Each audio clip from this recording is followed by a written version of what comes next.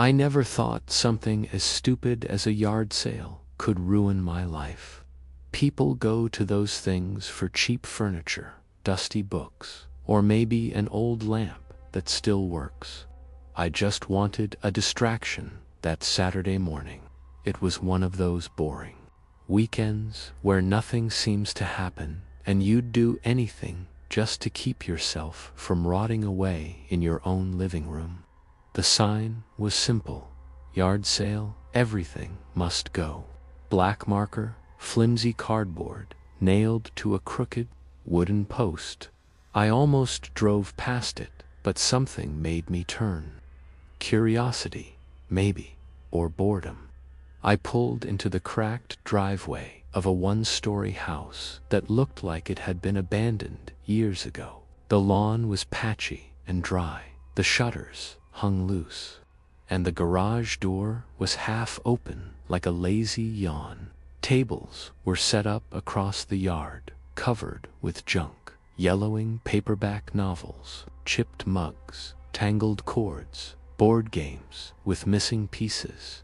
It looked like the aftermath of someone cleaning out their attic, which is probably exactly what it was.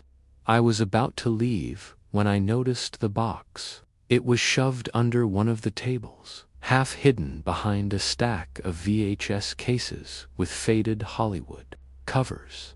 The box itself wasn't labeled. Inside were about a dozen unmarked VHS tapes, the kind you'd use to record something off TV back in the day. Most had handwritten notes: Super Bowl '92, family reunion, cartoons.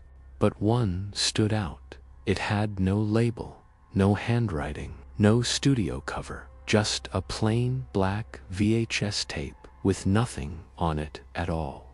The plastic was scratched up like it had been shoved in and out of a player too many times. The tape window was cloudy, and I swear I could see faint smudges on it, like fingerprints frozen in dust. Something about it, I don't know. It felt heavier than the others. I picked it up and held it for a while. The sun hit the tape just right, and I thought I saw faint red streaks on the edge of the label, like someone had started to write something in marker, then scribbled it out. But when I tilted it again, the marks were gone.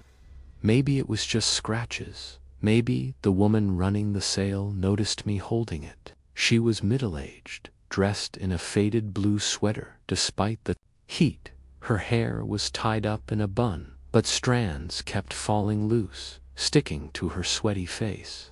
She had the look of someone who hadn't slept well in months.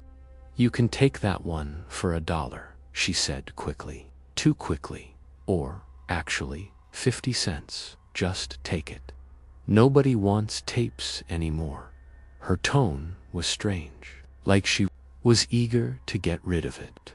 I asked if she knew what was on it. She hesitated, looked at the tape, then back at me. "Home video, I think," she muttered. "From the people who lived here before. We found them in the attic when we moved in. Haven't watched them. Don't even own a player." I almost set it back down, but something in her eyes made me pause. It wasn't just disinterest, it was relief, like she wanted it gone from her table, gone from her life, and she was glad some idiot me was willing to carry it away. I gave her $1 anyway, just to end the awkward silence. She shoved the tape into a plastic bag and handed it to me without another word. Back home, I left it on the kitchen counter and forgot about it for a few hours. I didn't even have a VHS player set up anymore. Who does these days? But I remembered my dad's old player collecting dust in the basement. It had been sitting there for years, untouched, but when I plugged it into my TV, it whirred to life, like it had been waiting for me. The bag with the tape was still on the counter. When I pulled it out, I noticed something strange. The tape looked cleaner, The scratches weren't as noticeable. The cloudy window was clearer, like it had been polished. I brushed it off, probably just my imagination, but I felt that same heaviness in my hand as I slid it into the player. The TV screen flickered. For a few seconds, it was just static, that snowstorm of black and white fuzz. The sound hissed loudly, filling the room. I almost ejected it right then, but then the picture cleared. It was a living room, not mine, but it could have been. The style was old beige carpet, bulky tube TV, floral patterned couch. The video quality was grainy, like it had been recorded in the 80s or 90s. The camera was shaky, handheld, moving slowly across the room. No one spoke. No one was in the frame. Just an empty living room being filmed for no reason. The camera paused on the couch for a long time, too long. Then it panned to a doorway in the back, holding there for almost a full minute. Nothing happened, just the faint buzz of the old camera microphone picking up dead air. I waited, confused. Maybe it really was just some random home video, some bored kid testing out their camera. I was about to stop it when something flickered. On the screen, a shadow. It crossed the doorway, not walking, not running, just there, 1 second, gone the next. I froze, rewound, played it again. Same thing. A shadow sliding across the doorway, without a sound, without a body. I told myself it was nothing, a trick of the tape. Old recordings get distorted all the time. But something deep in my stomach tightened. Something about that shadow didn't feel like distortion. It felt intentional. I ejected the tape and set it aside. Told myself I'd seen enough. But that night, as I lay in bed, staring at the ceiling, all I could think about was that shadow. The way it had moved, the way it had no shape, no source. And for the first time in years, I thought I heard something in my house. A creak in the hallway, soft, deliberate, like footsteps. The next morning, I tried to brush it off. It was just a stupid old tape, a shadow caught at a weird angle. Nothing to obsess over. Still, I avoided looking at it. It sat on the coffee table, the black plastic case, like a brick of bad luck. I went about my day laundry dishes, scrolling mindlessly through my phone, but my eyes kept drifting back to it. It felt like the damn thing was waiting for me, patient and smug. By late afternoon, curiosity had eaten me alive. I convinced myself I just hadn't given it a fair chance. Maybe there was a recording of a movie further in. Maybe it was an old TV special. Hell, maybe it was boring family footage that would make me laugh at how stupid I'd been to get spooked. So I slid it back into the player. Static again, for longer this time. Then the living room came back into view. Same angle, same room. But the lighting was different, dimmer. Shadows stretched across the carpet as if it were filmed at night. The couch was gone. The TV in the corner was gone. The room was empty except for a single wooden chair placed dead center on the carpet. The camera lingered on it. No movement, no sound, just that chair, sitting like it had been waiting. I stared at the screen, my pulse drumming in my ears.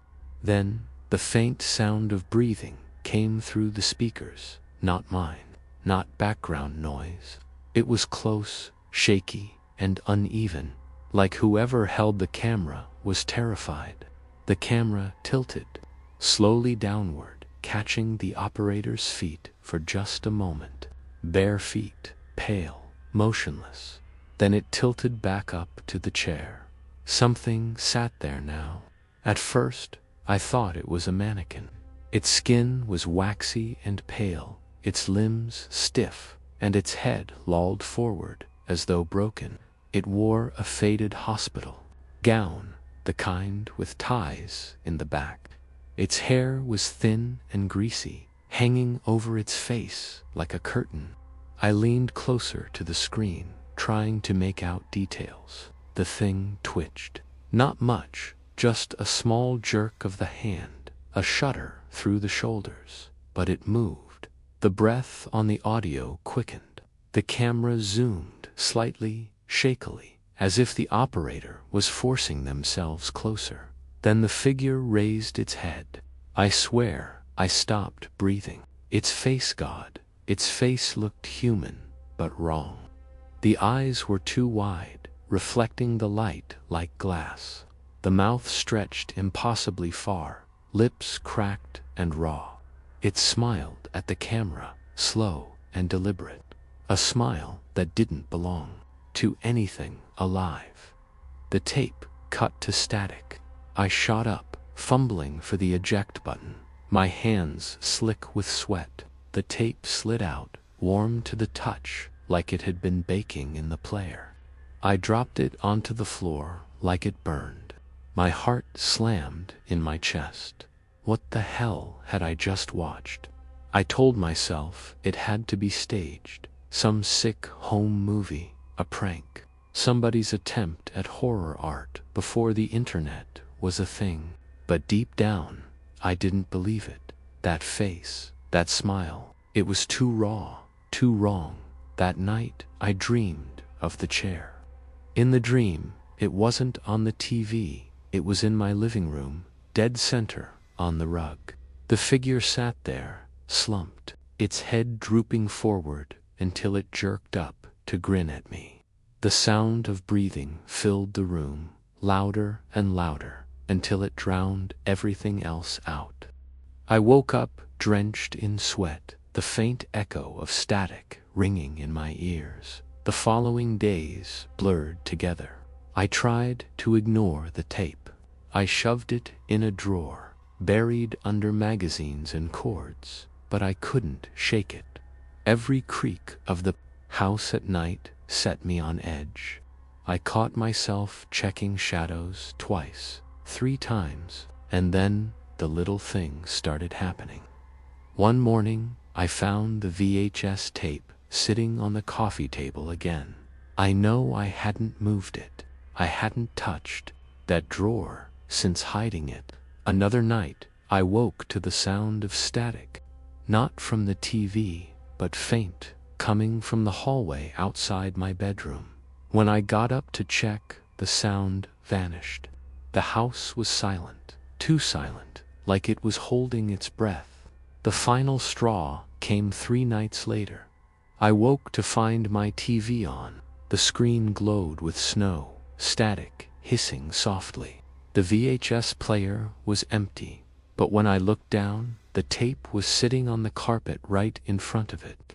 I stood there, frozen, the glow of the static painting my walls in white noise. Then, out of the corner of my eye, I saw movement. Reflection in the screen shifted. Behind me, I spun around. Nothing, just my empty living room. But when I turned back, the static rippled as though something had just stepped out of frame. I didn't sleep the rest of the night. The next morning, I made a choice I should have made days earlier. I was going to watch the rest of it.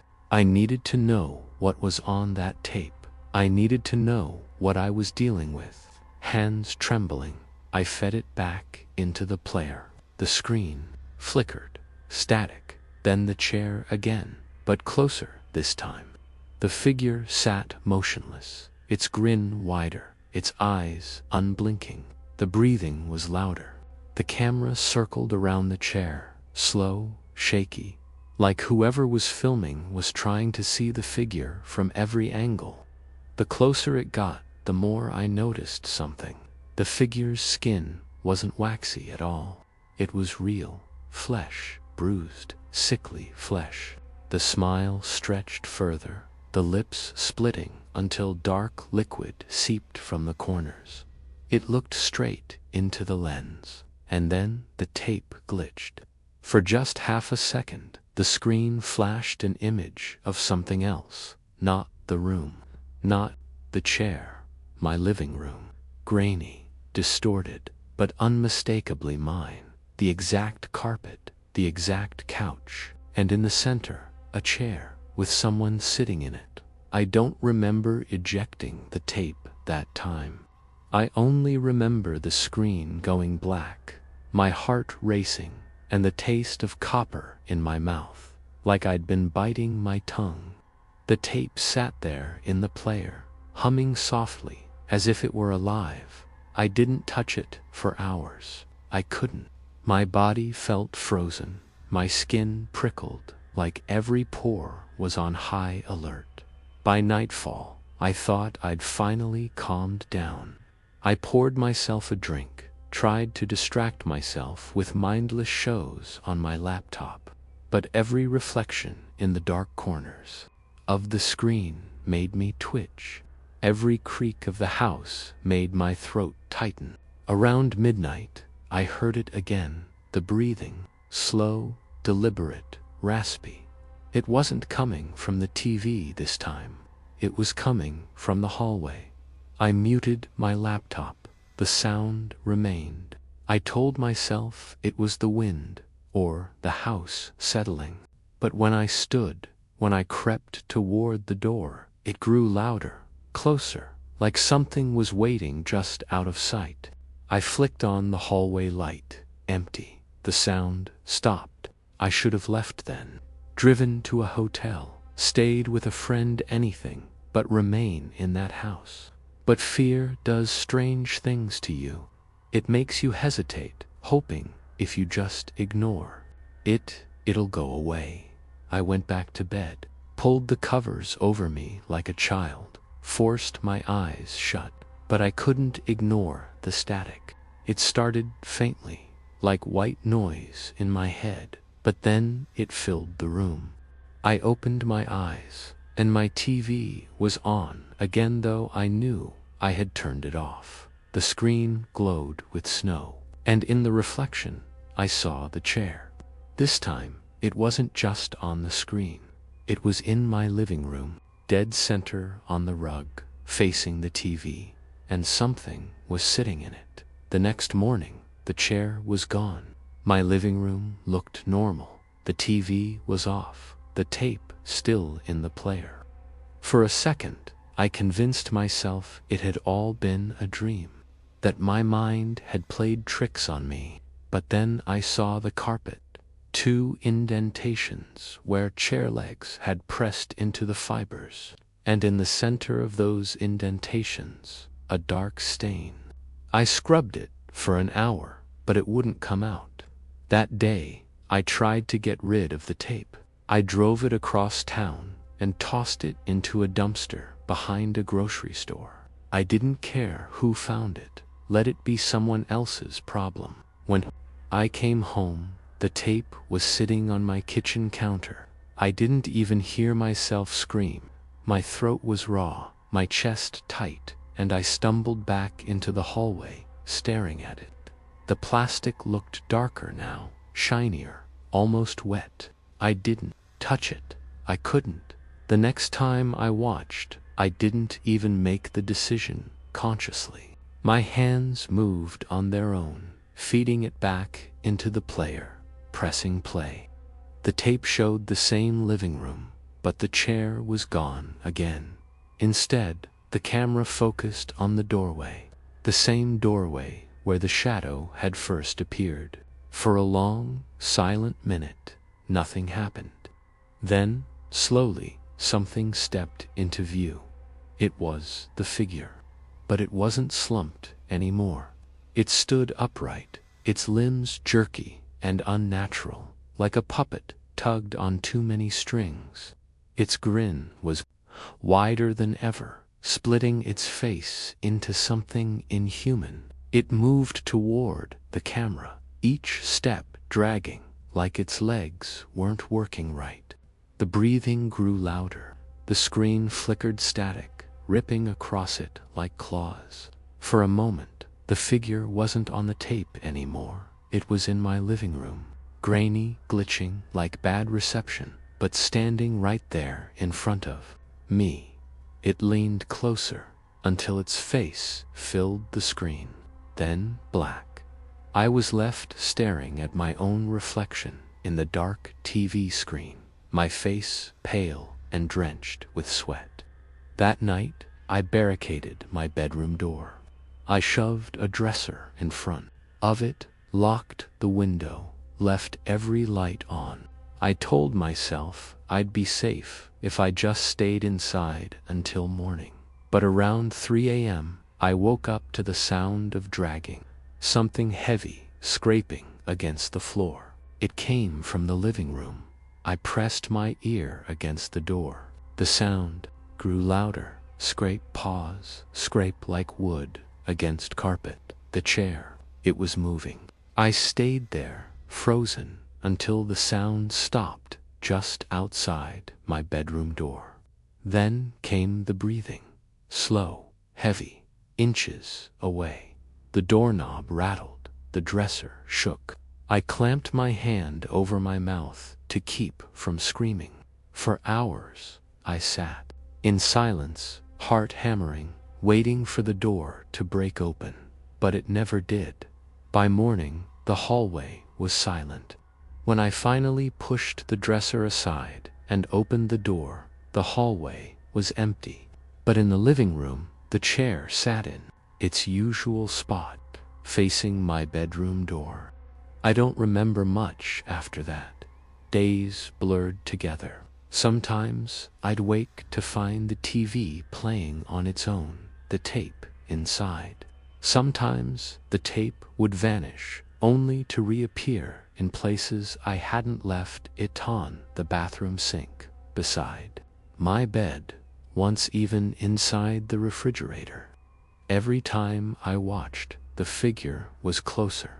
Every time, the line between the tape and my reality thinned, until one night the tape showed me, not my living room, not the chair, me sitting on my couch, staring blankly at the TV.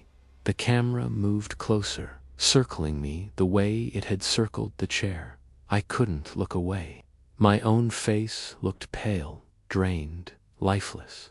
And behind me, the figure grinning, its hand resting on my shoulder. I ripped the tape from the player and smashed it against the floor until the plastic cracked. I yanked the film out in long, tangled ribbons, tearing it apart until it was nothing but scraps. I thought it was over, but that night, as I lay in bed, the sound of breathing filled the room again. And when I opened my eyes, there was a chair in the corner, with someone sitting in it. I didn't sleep for more than an hour at a time after that night. Every time I shut my eyes, I saw the chair. Sometimes it was empty. Sometimes it wasn't. Sometimes I woke up and swore I could still hear the creak of wood shifting in the corner. The worst part wasn't the tape anymore. It was me. I was falling apart. I stopped eating. I stopped showering. I stopped answering calls. My friends thought I'd just gone off the grid for a while, hiding from the world. They didn't know. The world was hiding from me. The tape was everywhere. No matter how many times I destroyed it, it came back. After I smashed it, I found it the next morning, neatly placed on my nightstand. When I tried to burn it, the flames sputtered out before they touched the film.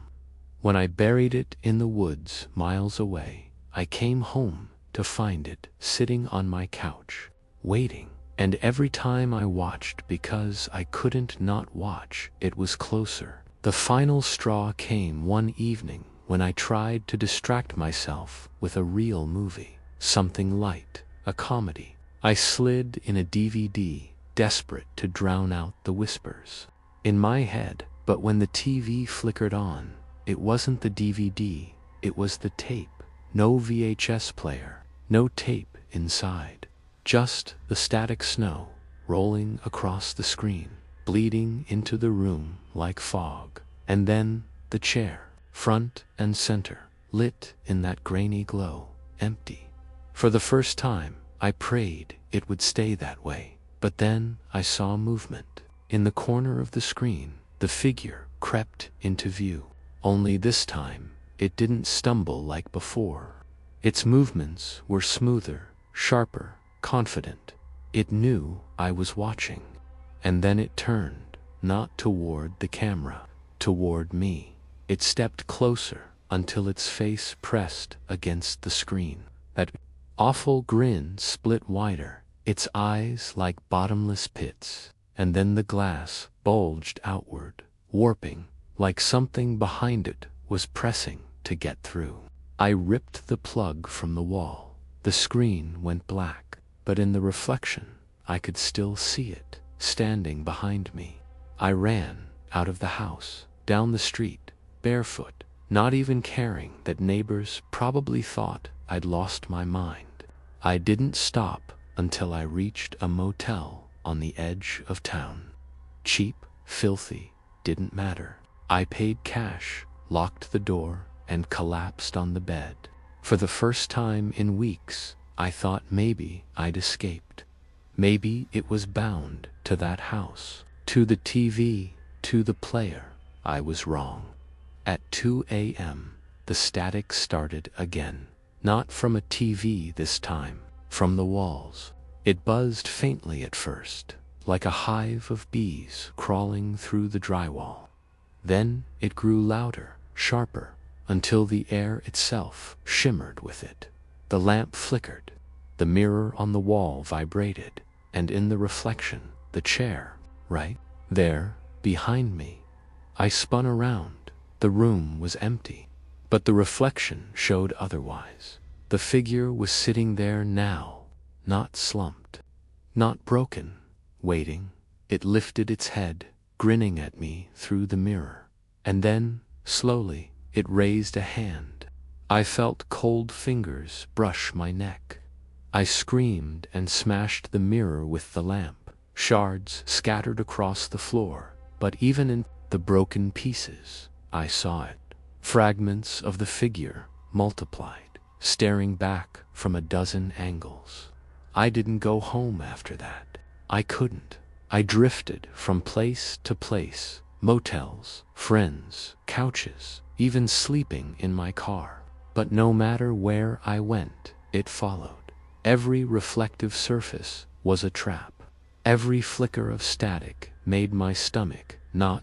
I stopped looking in mirrors, stopped turning on TVs, but it didn't matter. The tape didn't need them anymore. I saw the chair in alleyways, in gas station bathrooms, in the reflection of my coffee cup.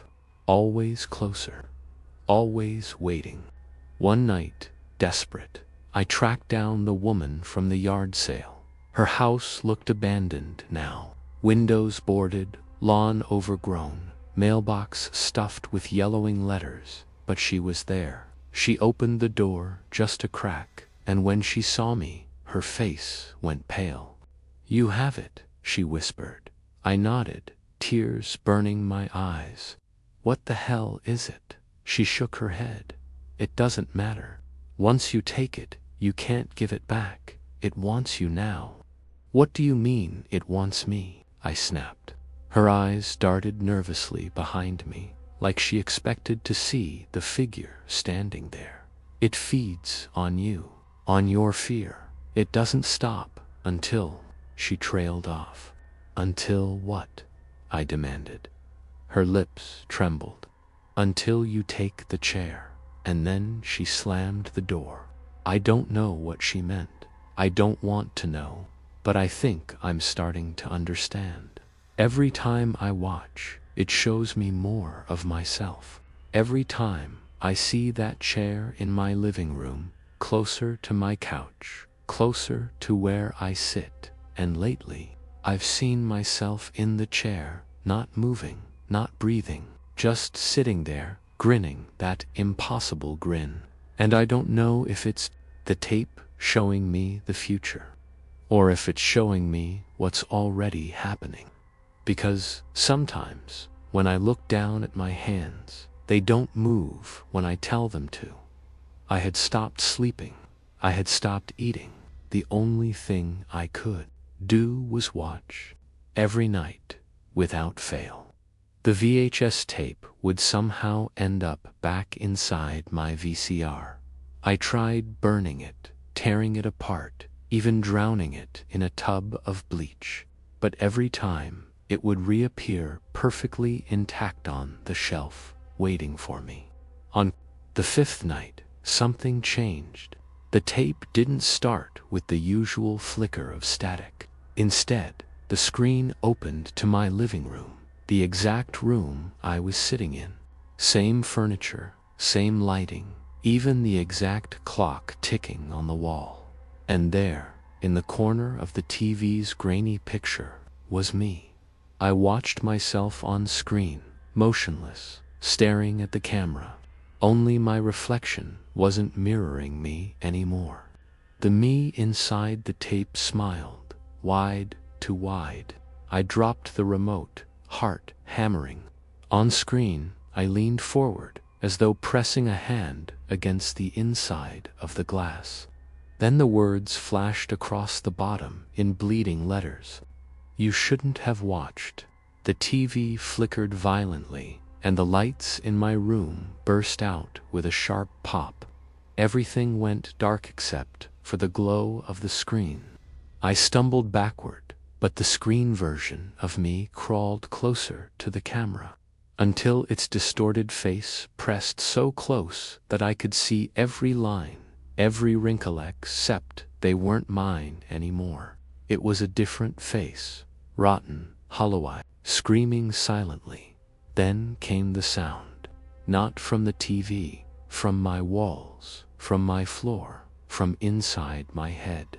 Voices, hundreds of them, whispering the same words in a language I didn't recognize, layered so thickly they became a growl. The screen me lifted a VHS tape, the same black tape I had bought at the yard sale, and shoved it toward the camera.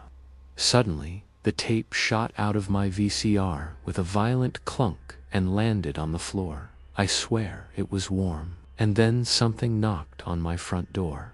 Once, twice, 3 times. The whispering stopped. The knocking continued. I froze. Every part of me screamed not to open it. But the door creaked open on its own. And there, standing in the dark hallway, was a man holding a VHS camera. He raised it slowly. The red recording light blinked at me. The tape cut to static. I thought destroying the tape would end everything. But that night, something changed. When I came back into my living room after smashing the VHS into pieces, the television was already on. The screen glowed faint blue static, filling the room with that low, buzzing hum. And there it was, on the floor, right in front of the TV stand. The tape, not shattered, not burned, not scratched, perfectly intact, the label facing me. And this time, the faded handwriting on it had changed. It no longer said, "Watch me." It now said, my name. I froze, staring at it like it was alive. My chest tightened, and my pulse roared in my ears. I don't remember walking closer, but suddenly I was kneeling right in front of it, shaking. My fingers hovered just above the plastic casing. It was warm. I should have run, should have thrown it outside, and never looked back. But curiosity has teeth, and once it bites, it doesn't let go. I slid it back into the player. The TV flickered. At first, it was the same distorted static, but this time, the footage didn't start with strangers or old houses or warped voices. It started in my apartment, that very night. The camera angle showed me walking in from the kitchen, holding the pieces of the tape I'd smashed. I watched, horrified, as myself from the footage dropped the broken cassette on the floor. only for it to reappear whole again. The video version of me froze, turning its head toward the camera, and then, slowly, it smiled. I staggered backward, nearly tripping over my coffee table. I wasn't smiling. I hadn't smiled in days. But the version of me on screen grinned wide and stretched, like someone wearing my skin but not quite human. Then it leaned closer, closer, until its entire face filled the screen. My eyes, my nose, my lips, but wrong. My pupils were so black they drowned out the whites. My mouth didn't stop at the edges, it kept widening, as if someone had slit the corners of my lips and pulled, and it spoke. But the sound didn't come from the TV speakers. It came from right behind me. I spun around. The apartment was empty, but the whisper was in my ear. You can't stop the recording. I bolted for the door. My hands fumbled with the lock, but when I looked up, the hallway outside wasn't there. Instead, beyond the doorway was just darkness, like the door opened into a void, and then, faintly, deep within that blackness, the shape of a man standing, still waiting. I slammed the door shut and pressed my back against it, shaking. The TV screamed. I turned to see the footage had shifted again. Now it wasn't my apartment. It was a hospital room. Sterile, white walls, machines beeping faintly in the background. A hospital bed with someone lying in it. Their face was obscured by shadow, but something about the way their arm twitched, the way their chest rose and fell, made me feel sick. I knew it was me, older, thinner, dying, and the figure standing in the corner of the hospital room, the same shadow I'd seen in my doorway, just watched. The VHS me leaned close to the bed, grinning, whispering something in the ear of my dying body.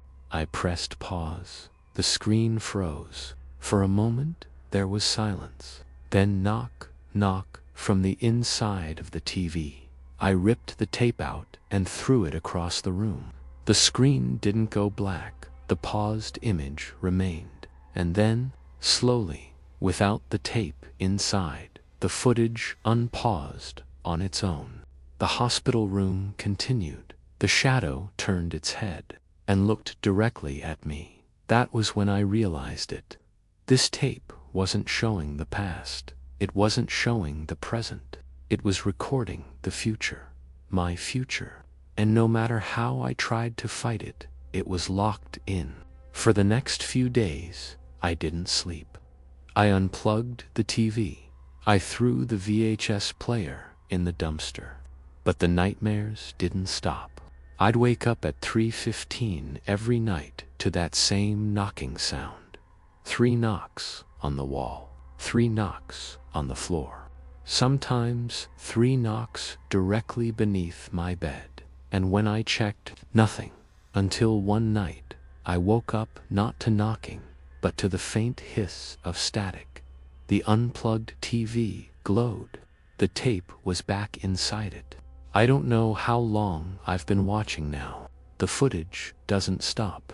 It keeps going, replaying my own life, but always just slightly ahead.